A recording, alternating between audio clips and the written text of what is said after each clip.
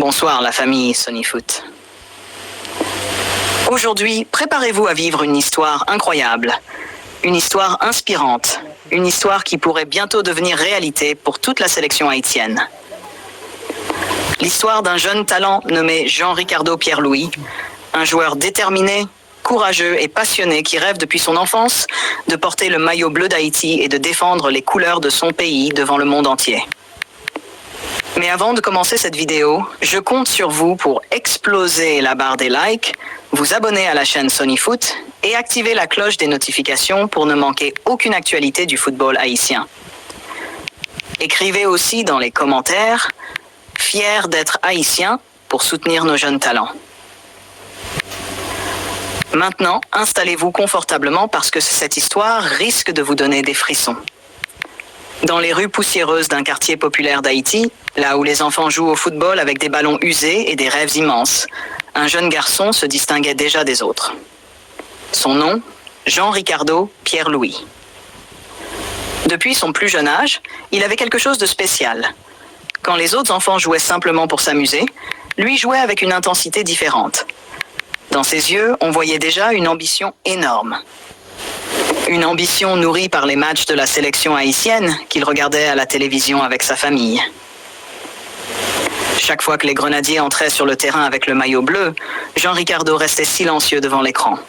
Son cœur battait plus vite. Il observait chaque mouvement des joueurs, chaque passe, chaque célébration. Et au fond de lui, il répétait toujours la même phrase « Un jour, ce sera mon tour ». Mais la vie n'allait pas lui offrir un chemin facile. Jean-Ricardo grandissait dans une famille modeste. Sa mère travaillait dur pour nourrir ses enfants, tandis que son père faisait des petits boulots quand il trouvait du travail. Certains jours étaient très compliqués. Parfois, il fallait choisir entre acheter à manger ou acheter une paire de chaussures. Pourtant, malgré toutes les difficultés, le jeune garçon refusait d'abandonner son rêve. Chaque matin avant l'école, il allait courir dans les rues de son quartier. Il s'entraînait avec des cônes fabriqués à partir de bouteilles en plastique. Il jouait sous le soleil brûlant pendant des heures. Ses amis le regardaient parfois avec étonnement. « Pourquoi tu t'entraînes autant ?» lui demanda un jour un voisin. Jean-Ricardo répondit avec sérieux. « Parce qu'un jour, je vais jouer pour Haïti. » Certains pensaient qu'il rêvait trop grand, mais lui continuait de croire. Le football était devenu plus qu'un simple sport pour lui. C'était une mission, une promesse, une façon de changer sa vie et celle de sa famille. Le soir, après les entraînements improvisés dans la rue, Jean-Ricardo rentrait fatigué mais heureux. Sa mère le regardait souvent nettoyer ses chaussures abîmées avec soin. Elle voyait dans ses yeux une détermination rare. Un jour, elle lui dit « Mon fils, peu importe les obstacles, si Dieu t'a donné ce rêve, bats-toi jusqu'au bout. » Ces mots restèrent gravés dans son cœur. Quelques années plus tard, Jean-Ricardo commença à participer à de petits tournois locaux. Et rapidement, les gens commencèrent à parler de lui. Sa vitesse s'impressionnait, son intelligence de jeu aussi. Mais surtout, il jouait avec le cœur. Quand son équipe perdait, il pleurait. Quand son équipe gagnait, il remerciait toujours ses coéquipiers. Il avait déjà l'attitude d'un grand joueur. Lors d'un tournoi très important, un recruteur local remarqua immédiatement son talent. Après le match, il s'approcha du jeune garçon.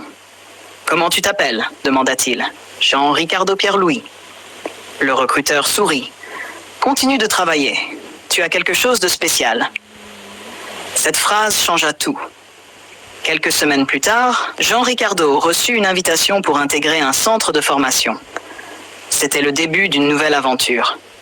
Mais les difficultés recommencèrent. Le niveau était beaucoup plus élevé. Les entraînements étaient durs. Très durs. Parfois, il rentrait chez lui complètement épuisé.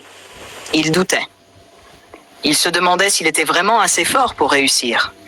Mais chaque fois qu'il pensait abandonner, il repensait au maillot bleu. Il imaginait le drapeau haïtien. Il imaginait l'hymne national. Et cela lui donnait la force de continuer. Pendant que d'autres jeunes perdaient leur concentration, Jean-Ricardo travaillait encore plus. Il arrivait avant tout le monde aux entraînements. Il repartait après tout le monde. Il regardait des vidéos des grands joueurs haïtiens pour apprendre leurs déplacements et améliorer son jeu. Petit à petit, les entraîneurs commencèrent à remarquer son évolution. Un coach déclara même « Ce garçon a la mentalité d'un professionnel ». Mais la vraie opportunité allait bientôt arriver. Un tournoi national était organisé devant plusieurs sélectionneurs et recruteurs étrangers. Jean Ricardo savait que ce tournoi pouvait changer sa vie. La veille du match, il ne réussissait pas à dormir. Il priait. Il pensait à sa famille. Il pensait à tous les sacrifices réalisés. Puis le grand jour arriva. Le stade était rempli, les supporters criaient, les recruteurs observaient chaque détail. Quand l'arbitre siffla le début du match, Jean Ricardo était nerveux. Mais après quelques minutes, il commença à montrer son talent. Il driblait avec confiance, il récupérait des ballons, il créait des occasions. Puis arriva le moment magique. À la 70e minute, il reçut le ballon au milieu du terrain. Il élimina un joueur, puis un deuxième, puis un troisième. Le public se leva. Jean Ricardo accéléra vers le but et frappa puissamment. Le stade explosa. Les supporters criaient son nom. Les recruteurs se regardaient avec surprise. À cet instant précis, quelque chose venait de changer. Après le match, plusieurs personnes voulaient lui parler. Mais une personne attira particulièrement son attention. Un membre du staff des équipes jeunes d'Haïti.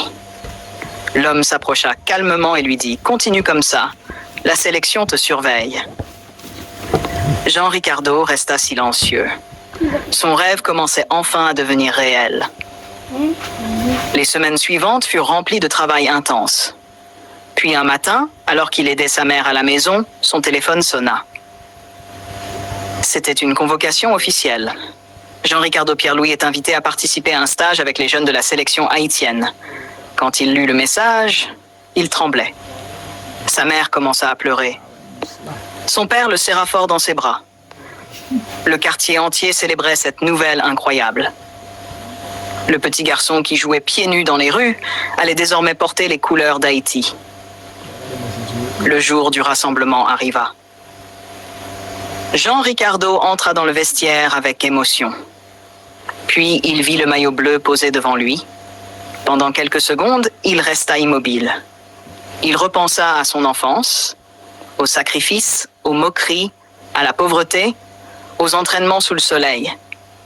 Et maintenant, son rêve était devant lui. Il prit doucement le maillot dans ses mains.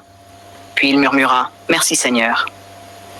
Lors des entraînements avec la sélection, Jean Ricardo impressionna rapidement les coachs. Son énergie, sa discipline, son envie de se battre pour le pays. Tout le monde remarquait sa mentalité. Quelques jours plus tard, la liste officielle du match international fut annoncée. Le sélectionneur commença à lire les noms. Puis il dit « Jean Ricardo Pierre-Louis ». Le jeune joueur n'arrivait pas à y croire. Il venait officiellement d'être sélectionné. Le jour du match, le stade vibrait. Les supporters haïtiens chantaient avec passion. Jean Ricardo regardait les tribunes avec émotion. Puis l'hymne national commença. À cet instant précis, des larmes coulèrent sur son visage, parce qu'il réalisait enfin que tous les sacrifices avaient servi à quelque chose. Le petit garçon pauvre de son quartier représentait maintenant toute une nation. Et c'était que le début. La famille Sonifoot. Cette histoire nous rappelle qu'aucun rêve n'est impossible. Peu importe d'où vous venez, peu importe votre situation actuelle. Avec du travail, de la discipline et de la foi, tout peut changer. Haïti possède énormément de talents. Des jeunes capables de faire vibrer le pays entier. Mais ils ont besoin de soutien. Ils ont besoin qu'on croie en eux.